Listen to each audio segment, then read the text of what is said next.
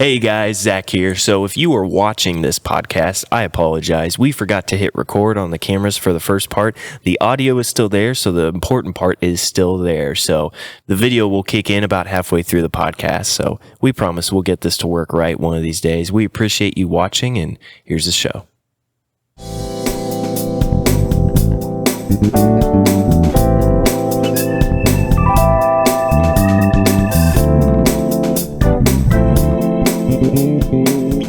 So we're recording.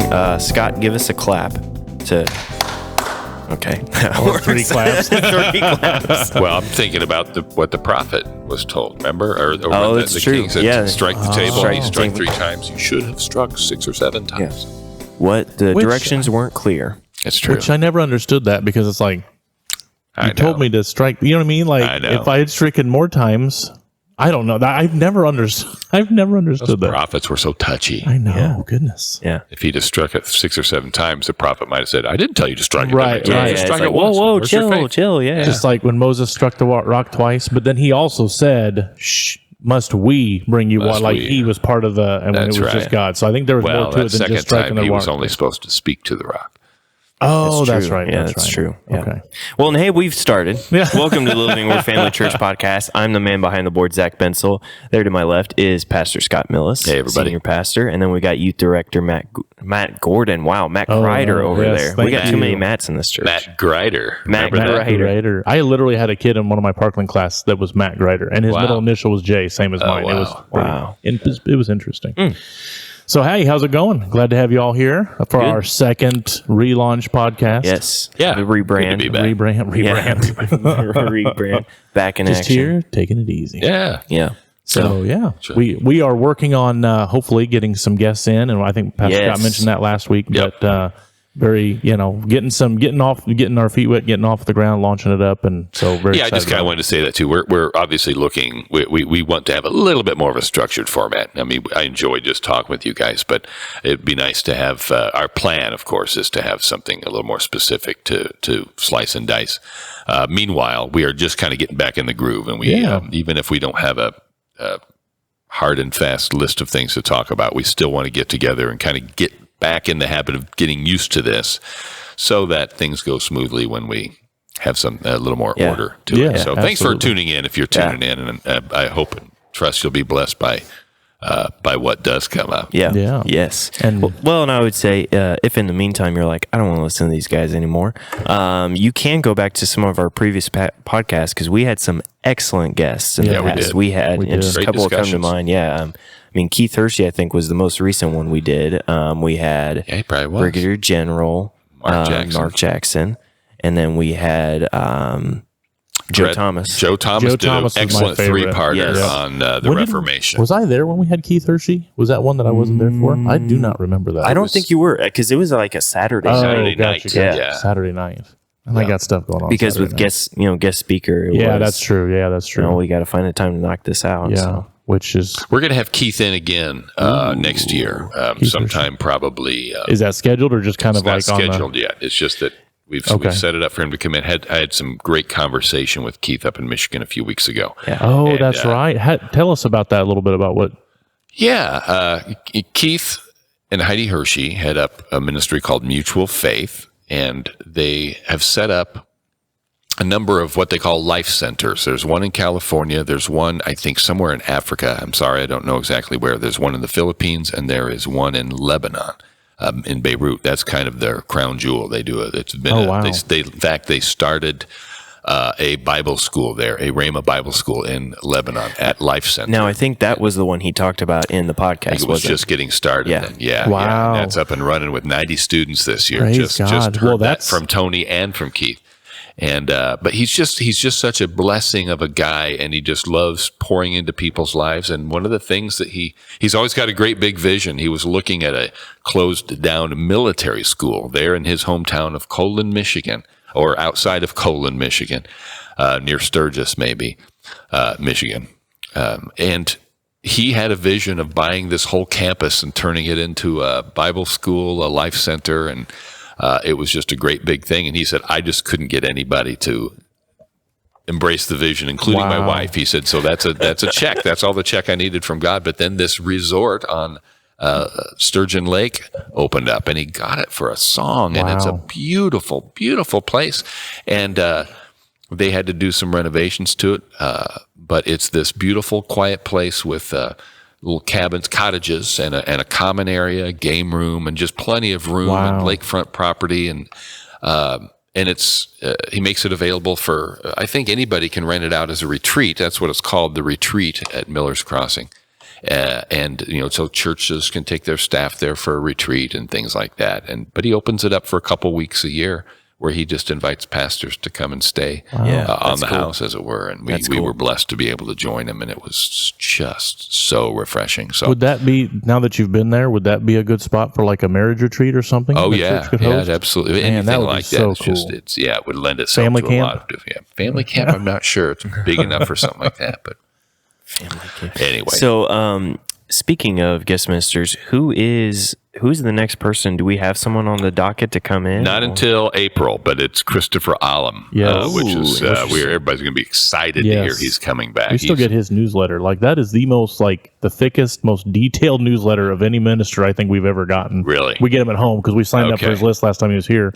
Man, they just do some incredible work all over the place. Busy, and he has huge meetings and miracles and signs and wonders, and yet he is the most low-key. Yep. He is the farthest thing from a self-promoter. He manages to strike what just looks like the perfect balance. Look, we need to show you what God is doing, but it's all to God be the glory. He's such a clear thinker. I love his Facebook posts because they are so down to earth.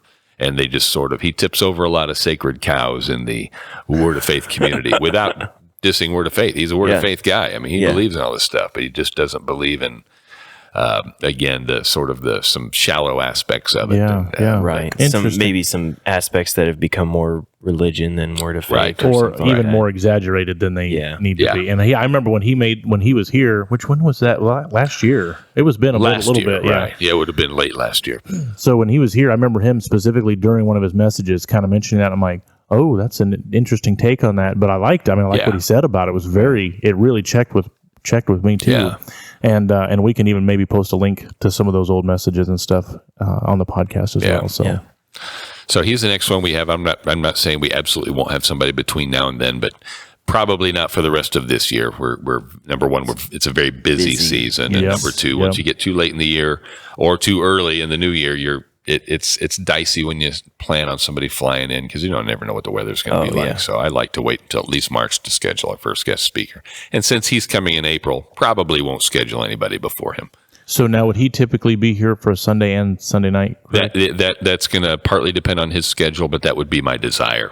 Get somebody like him in. Man, it'd be nice to have him on the podcast. It would be cool. Yeah. I'm sure he'd love to do that. Love to do that. Yeah.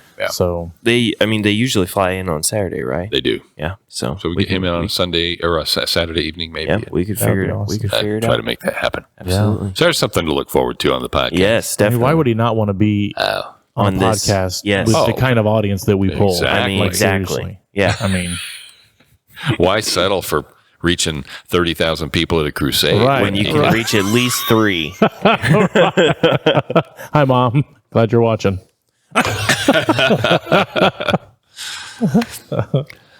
So what's new? What's coming up at Living Word? What do we got coming up? Well, October 31st is the devil's birthday, so we're having a little protest here. No. Oh my gosh, that's good timing on that. Yeah, that's pretty good. Yeah.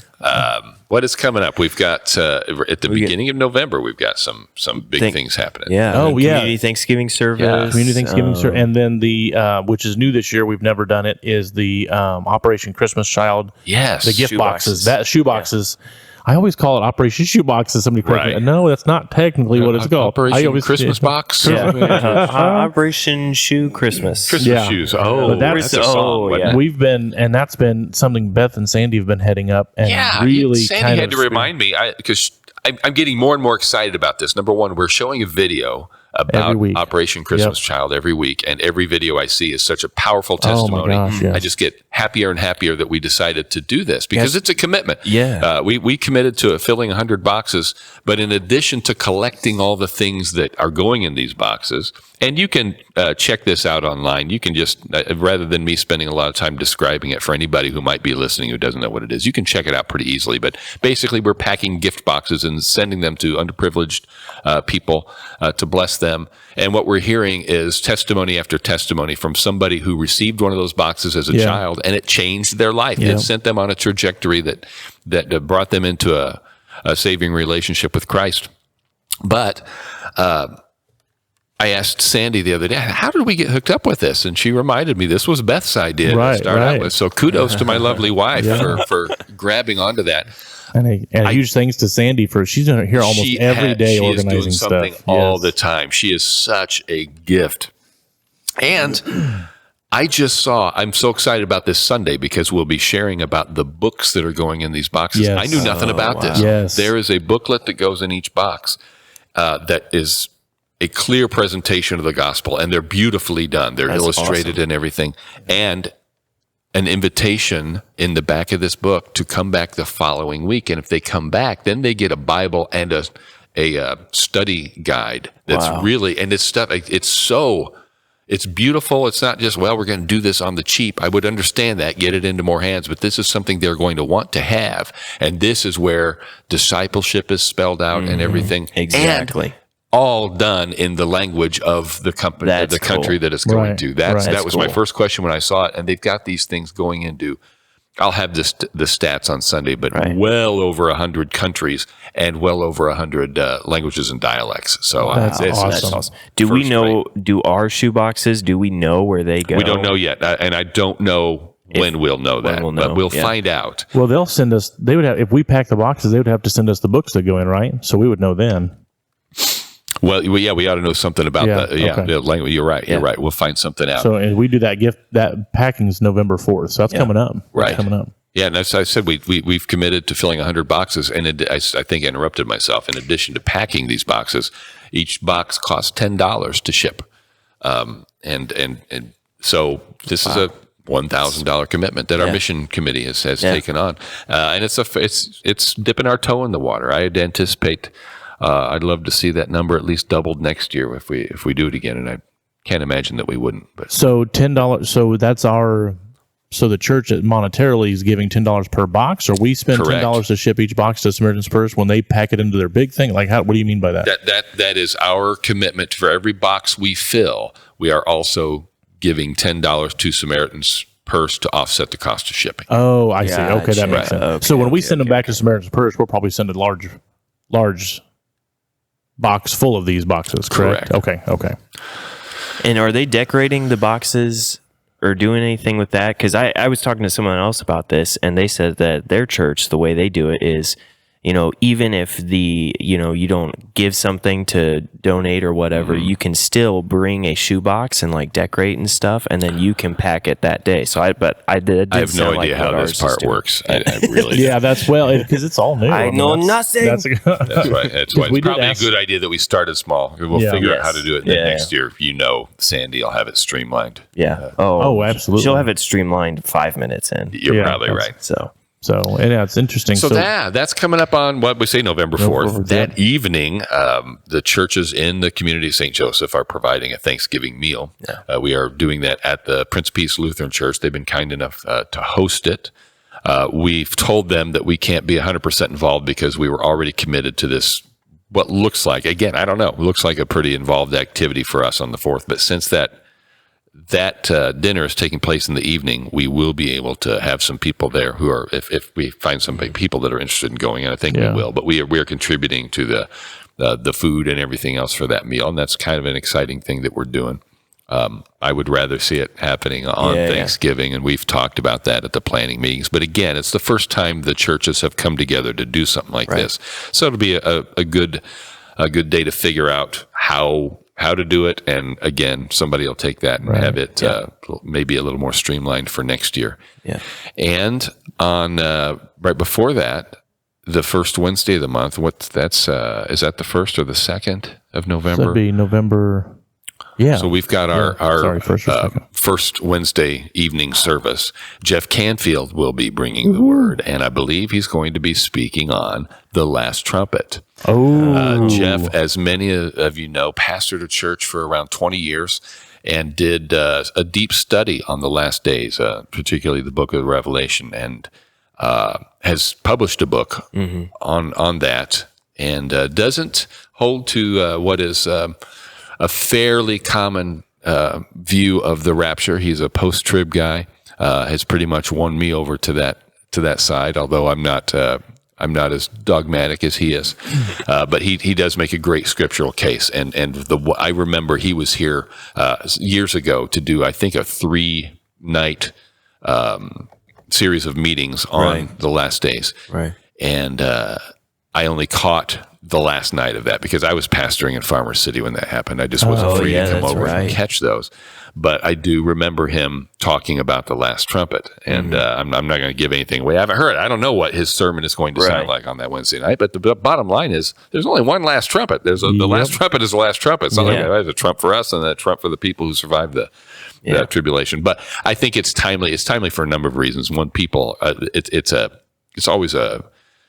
Not always and not for everybody, but there is a general interest in the things of the last days. Yeah. That's what first got me excited about reading my Bible and going to church, different kind of churches, when they started talking about that kind of thing. Yeah. And then, of course, with what's going on in Israel now. Yes. Anytime anything happens in the Middle East. There Yep, exactly right. Yep. Which always seems to be something going on. But it just, I don't know, for some reason. I know. People have felt this way forever. Like you even read in the scriptures, people say, he's coming, it's right around the corner, you know? Yeah. So I know people have felt this way, but man, there's just something that feels like we are closing the chapter on this season of humanity, and it's just... We might be. Now, this could be completely out of like craziness, but like birth rates have declined. And like, if there's a lower human population on the earth, like, do you think that's God's grace as not as many people are here to experience all that? Or like, you know what I'm saying? Like, all across the world, like, birth rates are declining. Birth rates are declining, but I don't think the overall population has declined. Well, I just didn't know, because if we're not increasing in population that fast, I just didn't know if, like, you know what I mean? Like, yeah, people are still a lot more people being born than are dying. But you're right. The rates, you know, the replacement rate, you know, they talk about for a culture or something, we're well below that as a nation. Right. And yeah, it'll be interesting to see where things go, how long it could go. You know, you're right. I mean, things are coming together so quickly that it could conceivably be very, very soon. On the other hand, like you said, every time something happens over there, there's a huge flare of interest. Could this be it? Now, and it wasn't that long ago. When 2018 when things blew up over there last? I mean, in a big way. 2017, 2018. You're talking about Israel. In Israel, yeah. But it's a little bit. There's something different every time, and it's something to be concerned about, and it's something to be excited about. But we should never be fearful. But when you look at what's going on with the Russia-Ukraine thing, and how much we're resource-wise, how much we have sent over there, how much has that depleted us? And with China doing all their saber-rattling over Taiwan, this would be, now while we have committed, to do what we can to be a stabilizing influence in the Middle East, to keep, our stated goal right now is to keep this from spilling over into a broader conflict. I get that. I think that's wise policy. However, if we genuinely commit to that, does China see this as a great moment of distraction? Now, they can't do much about us if they're committed over there. And I know, the whole idea behind America's extraordinary military and the expense and everything involved in that is to be able to fight a multi-front war. Right. Yeah. I get it. And I think, we could, you'd like to think we could handle that. But it opens up such a can of worms scripturally. Where exactly does the United States fit into this grand plan? I'm not going to get into my views on that, and I would end up just qualifying everything to death. But I'm certainly not going to go as far. I don't know. I know we probably talked about this a little bit last week, but and I don't know if I mentioned this. There's a woman on Facebook who just absolutely is 100% convinced that God has showed her that Israel is not even in the Middle East. It's in the United States of America. And all these sites and all these rivers there in the Grand Canyon. That's like, no, I don't think that's it at all. Can I tell you what I'm thinking? What I think? I think America. I think God ordained our nation for a purpose.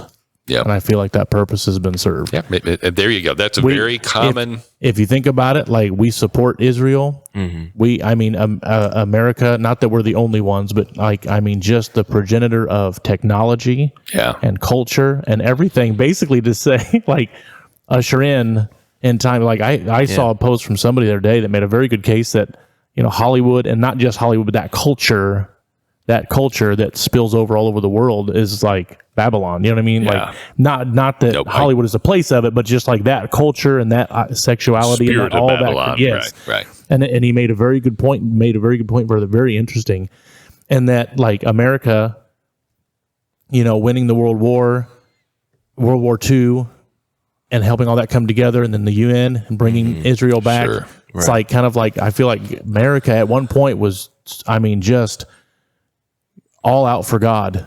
And then it's like we've so far drifted from that. Like, has America served its purpose? You know what I mean? Like, far as I don't know. I know this will bother a lot of people. I don't know if America has ever been all out for God. There's a really important distinction. And speaking of Joe Thomas, he's the first one to call me on this. And I knew that wasn't like, oh, shoot, I was wrong about that. It was just an important distinction to make when I talked about how God has blessed this country because America has sent missionaries. America has provided Bibles. By far the number one exporter of not only missionaries, but of Christian what I was literature. thinking. Yeah. And he said, let me stop you right there. He says, America didn't do that. The church did that. Yeah, that's true. And Christopher Alam said the same thing. That's not what America did. That's what the church in America did. However, the church was able to do that. The church couldn't have done that from Russia. There was a church in Russia. The church couldn't have done that from England. America provided a very fertile ground for the church to thrive in and do. Right, and that's what I guess I meant. I didn't mean America as a nation was sold out for, but our founding documents, everything about the founding of the country was very much based in Judeo-Christian values and ethics. I think probably the best way to put it is that America, if you want to say America is blessed by God, it's because of the people in the church in America. There you go. It's because we've had It's because we had the religious freedom. Yeah. Right. And I think that's what we're experiencing now. We're getting into there is less and less, Christianity. It feels like there's less and less Christianity in America. Right. It does, and unfortunately, even among conservatives, and this is where I just kind of wrestle with this whole militant stand. I'm not saying that I've got particular ministers and public figures in mind, but it's like you're fighting really hard to maintain what? Are you concerned with this is the mission of the church? Are you concerned with advancing the kingdom of God, or are you only concerned with preserving your rights and freedoms? Right. And that cuts right to the heart of the prosperity message, the healing message. Yeah, I believe God wants us prosperous. I believe He wants us healed and whole. But for what? Exactly. It's to do the work that He's commissioned us to do. Right. I mean, all this other stuff is exactly. Yeah. It can be. You can call it gravy, or you can call it a huge distraction. We can get so distracted by the blessings that we forget the mission we're supposed to be on. That's true. Exactly. Worshiping the creation rather than the creator. That's right. Seems like I read that somewhere. Right.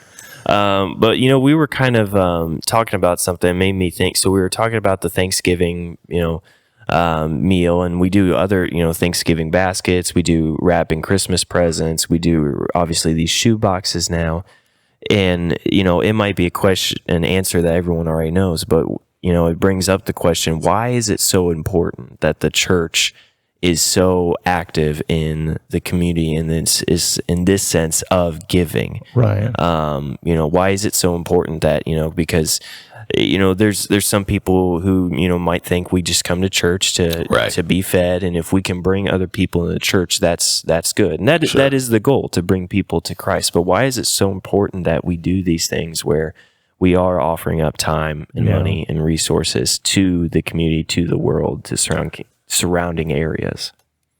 And answering that off the cuff, there are two things to keep in mind.